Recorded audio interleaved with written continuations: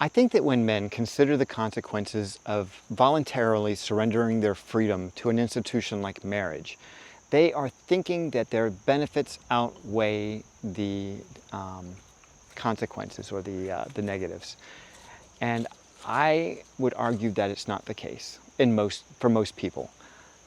I'm sure there are some people out there who would argue the opposite, and I've actually gotten some comments from some guys that are really happily married, but that is the unicorn. That's the 1 in a million. The vast majority of guys, after say 10 years of marriage is usually a good amount of time, they realize that they have made a devil's bargain, that they have freely given up their autonomy in exchange for what they thought was going to be a partnership with a best friend who they could have sex with. And what they ended up with was a manager slash boss at home who got lots of psychological and emotional problems, who doesn't do anything the way you would do it, and that you feel beholden to, because as a man we feel a sense of loyalty to our family and our wives, and we feel like it's our job to protect them and honor them in all those ways. Unfortunately, those sentiments are not reciprocated from your wife in many, many cases. They see you as part of the landscape, part of the furniture, and you can be replaced. So just know that is what you're getting yourself into. Let's go down here, guys. Come here, Shelby. Shelby, this way.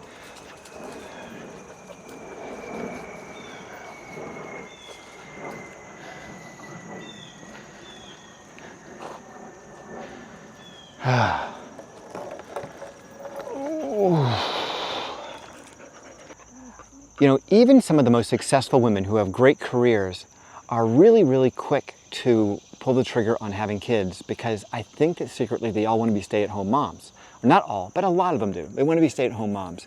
And here's where the irony comes in. So they make a choice. Most men don't want to have babies. Let's be honest, guys. I mean, I didn't grow up playing with baby dolls. If I never had a children, I'm sorry to say this out loud, but if I didn't have a child in my life, I think I would still be okay. I'd be whole. I think I'd still get through day to day. But women, you know, it's something biological. They want it. They want children in a big way. When they do, and I know some women don't, but for those women who want them, they really want them.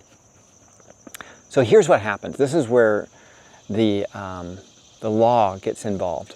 So you and your wife come to an agreement about having a child, and as a part of that agreement, one of you's got to stay home with this baby, or you're going to have to get daycare. And daycare is crazy expensive. I mean, it's just crazy expensive. And there's all kinds of, you know, concerns about bringing illnesses into your household and what kind of people they're going to be exposed to. I mean, you can just make yourself neurotic thinking about it. So one of you is going to stay home. Maybe you're going to have more than one kid. If you go 2 kids, my God, you're going to have to make a lot of money to cover daycare. So it makes a lot of sense economically to stay home, have someone stay home with the kids. So now, fast forward 20 years, and lo and behold, she's not happy. The kids are grown and gone. They're off in college, and she's not happy. And as you know, it's your fault that she's not happy, because that's just the way that goes. So you find yourself in court, and you've got a lawyer, and she's got a lawyer, and she's telling the judge why she's not happy. And you've come to an agreement. Now, the judge is going to give her child support, probably, because she's going to get the kids in most cases. It wasn't in my case, but in most cases she's going to get the kids, so that's going to cost you about $500 a kid, and if they're, you know, still young enough. And then she's going to get alimony. And this is what's really funny. So the alimony is to compensate her for the loss in the potential career she could have had if she had not been raising children. Now let me go back to my first statement. You guys probably don't want kids. She wants the kids.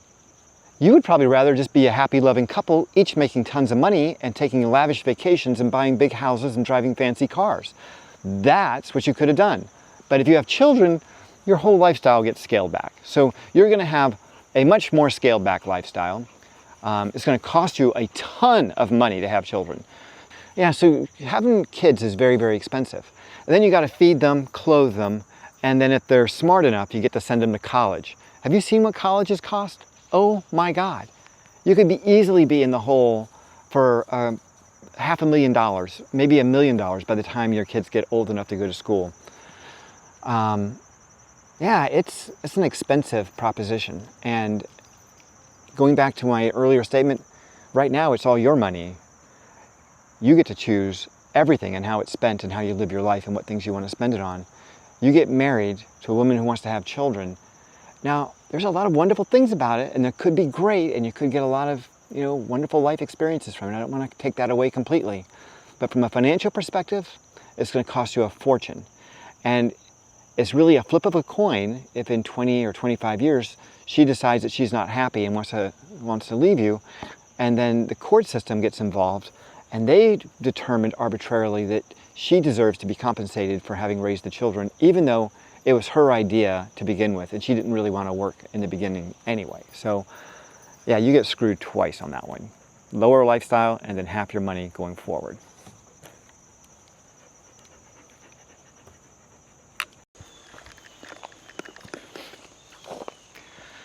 I guess you can call it keeping up with the Joneses, but that's just for lack of a better term.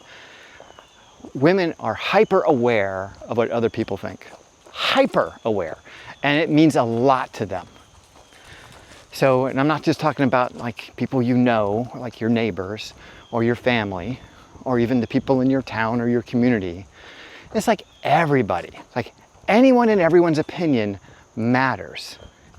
And why does that affect you? Because you have to either spend money, time, or energy to adapt your lifestyle, since it's also her lifestyle, to whatever the latest, greatest thing is, whatever that is.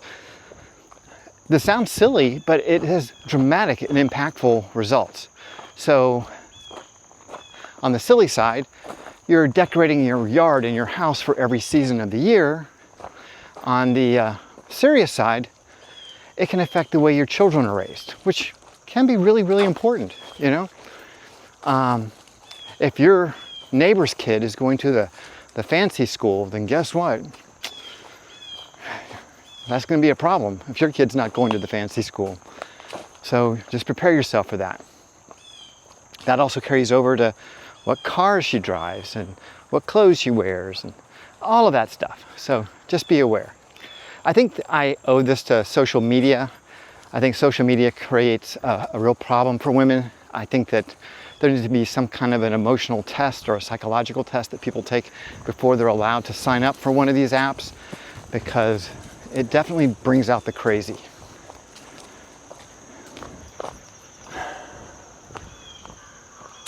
All right, let's talk about moods, moodiness. This is, a classic, and I think most men are aware that women are very moody.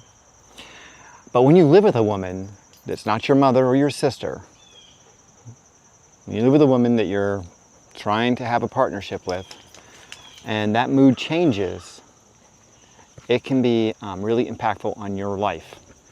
So we've all heard of stories about, PMS and how that can be problematic in a relationship and how that can change their mood crazy. But I think a lot of times many women are unaware that this biological hormonal change is occurring. And so if it happens to occur and coincide at a time when you guys are not in perfect agreement on something, it magnifies the frustration, anger, and upset she has with you by, and I'm trying not to be hyperbolic, but somewhere in the ballpark between 10 and 100 times. And it can actually be one of the factors that leads to your split. So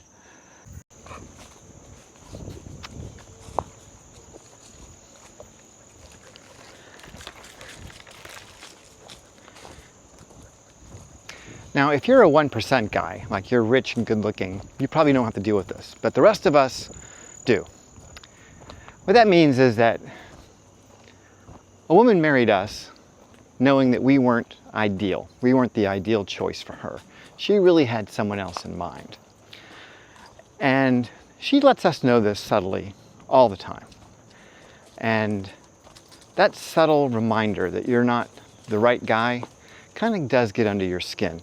Now, if you are, a 10 out of 10, like you're rich and good looking, and you're smart and you're compassionate and you are just that perfect alpha male, then let's go this way, guys, then you're not going to have that experience. But for the 99% of us who are not that, yeah, we're going to probably face that. Now, like I said, there are women who are not like that, so I'm just going to leave that caveat there. But when you are not that first choice, the things you get to deal with are just the need to prove that you deserve the relationship you have with the woman that you're with, which seems really, really weird.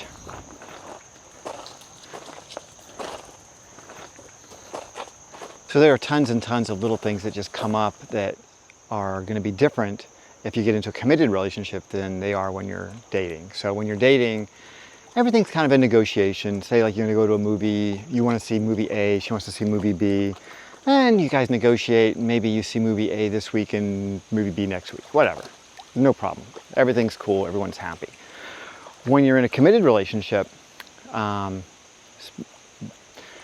truth is going to come out. Like, for example, you're going to find out that your wife really, really, really hates horror movies, or really, really hates movies that have violence and gore, and she just can't go to those anymore. Those are just off the table from now on. Like, she just can't do it. It's just emotionally upsetting to her, whatever. Next thing you know, you're watching a lot of rom-coms. Yeah. And then your quality of life, even if it's a little thing, and you're thinking right now, John, you're really overstating this stuff, this is all kind of bullshit. No, after a while, it really just wears you out. It's like, please, somebody, just let me make a choice.